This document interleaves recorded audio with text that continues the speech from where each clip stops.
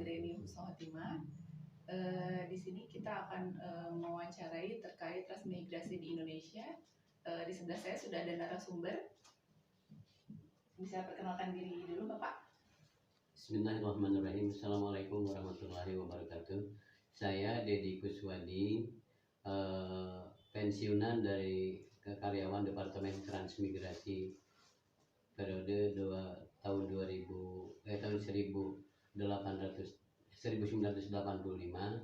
dan sampai pensiunnya di Departemen Dalam Negeri. Saya langsung ke pertanyaan aja ya, Pak. Ya. Yang pertama tentang transmigrasi di Indonesia itu menurut Bapak seperti apa ya?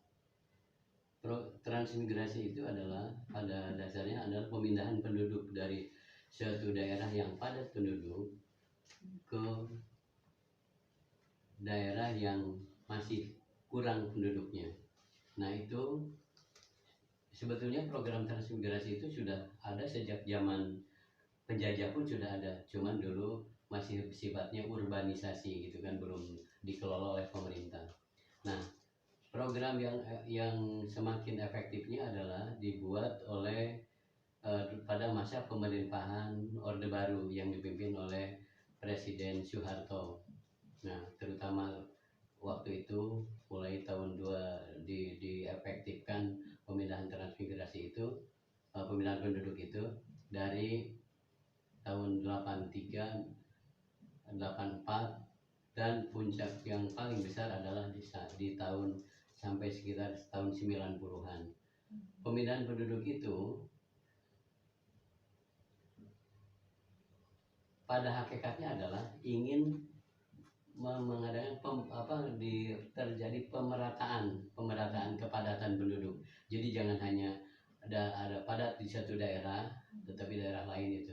Nah, di sana itu juga waktu zaman Pak Harto itu ini ingin menciptakan hankam rata, pemerintahan yang keamanan secara merata, keamanan semesta secara merata.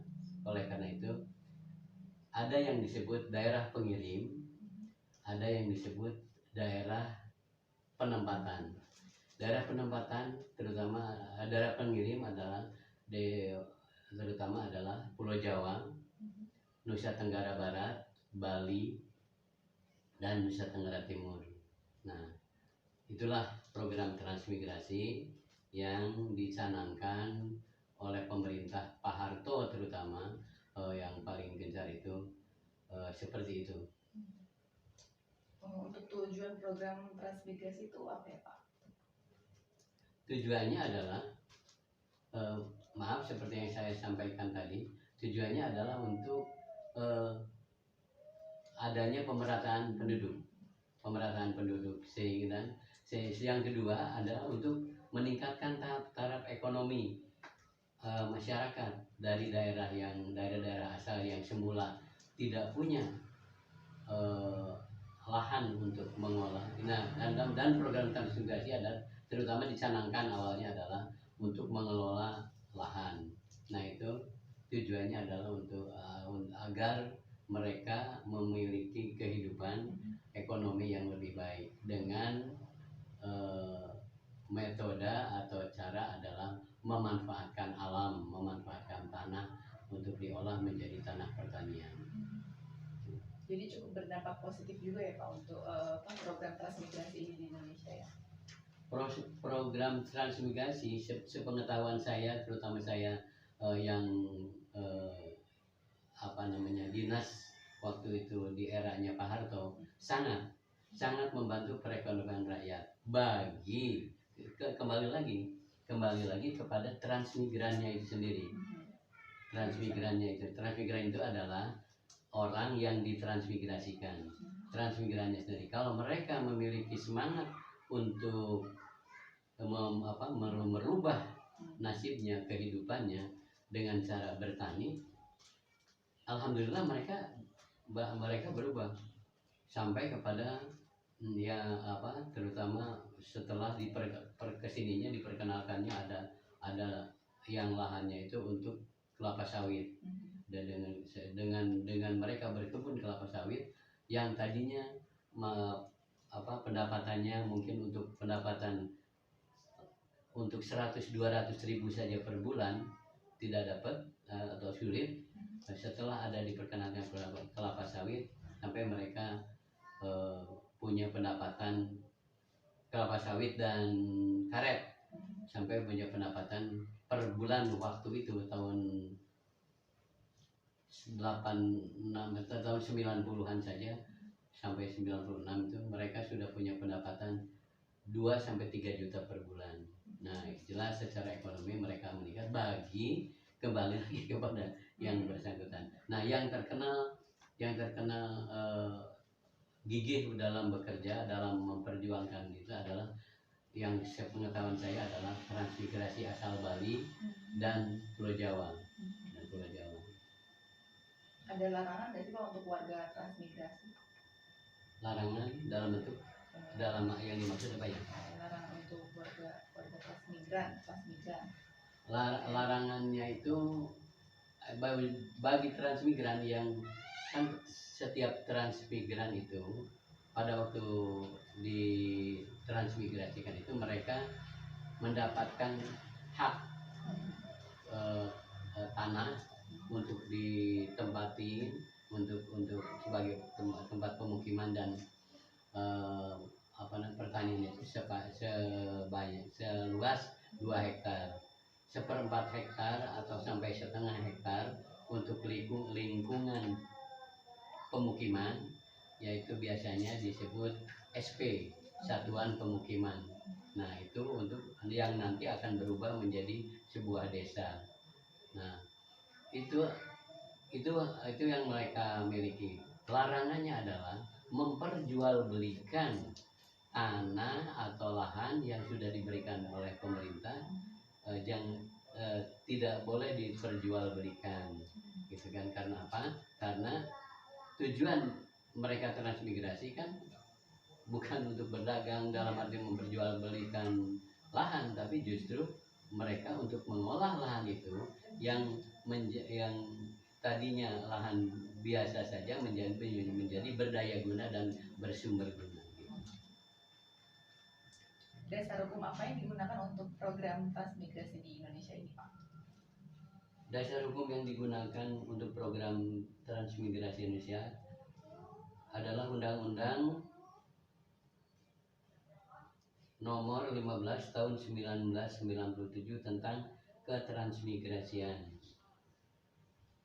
Sebelumnya adalah Undang-Undang Nomor 3 Tahun 72 Tahun 99 tentang penyelenggaraan transmigrasi, nomor 42 tahun 73. Itu sebagai landasan hukum program transmigrasi. Tapi sebetulnya seperti yang saya katakan di awal bahwa program transmigrasi atau perpindahan penduduk itu zaman kolonial pun sudah ada, cuman belum diatur sedemikian rupa, sistematis seperti pola yang tadi saya katakan di dasar hukum yang betul adalah di tahun 97 di ini, tapi sebelumnya sudah ada.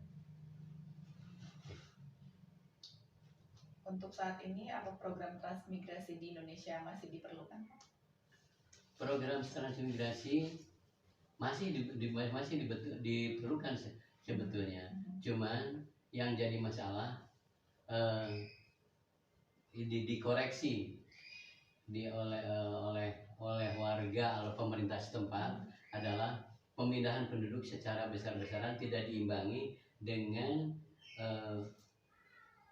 hak-hak mereka, warga mereka di daerah, sehingga sekarang dibuat yang sebelumnya transmigrasi itu ada yang sampai 100% warga pendatang, kemudian bergeser menjadi 90-10, 90-20%. Nah, sekarang masih ada, cuman keterbatasan ruangnya, keterbatasan lahannya, sehingga transmigrasinya pun daerah, kata pemerintah daerah, apalagi sekarang dengan otonomi daerah, bupati itu menjadi memiliki wewenang untuk menentukan bisa tidaknya menerima transmigrasi, atau menerima program transmigrasi. Boleh ada transmigrasi, tapi dengan catatan programnya adalah 50-50%. 50% pendatang, 50% lagi adalah resettlement, penempatan kembali mereka, penataan warga lokal untuk disatukan dengan warga transmigran dari luar daerah. Kenapa saya katakan tidak disebutkan dari Pulau Jawa saja? Tadi seperti tadi di awal bahwa daerah asal itu ada Jawa, Bali, NTB dan Nusa Tenggara Timur. Terima kasih banyak Pak Didi untuk waktunya. Ya. Saya kira ya untuk wawancara hari ini cukup. Ya, sama-sama. Dan mohon maaf apabila dalam penyampaian saya agak tidak sesempurna seperti yang dicanangkan sekarang, karena saya juga sudah pensiun sejak tahun 2011, sehingga kurang begitu mengetahui atau mengikuti program-program transmigrasi di era yang baru seperti sekarang ini. Terima kasih. Wassalamualaikum warahmatullahi wabarakatuh. Demikian wawancara hari ini. Yang membahas tentang transmigrasi di Indonesia. Jika ada kesalahan dan kekurangan, mohon maaf. Wassalamualaikum warahmatullahi wabarakatuh.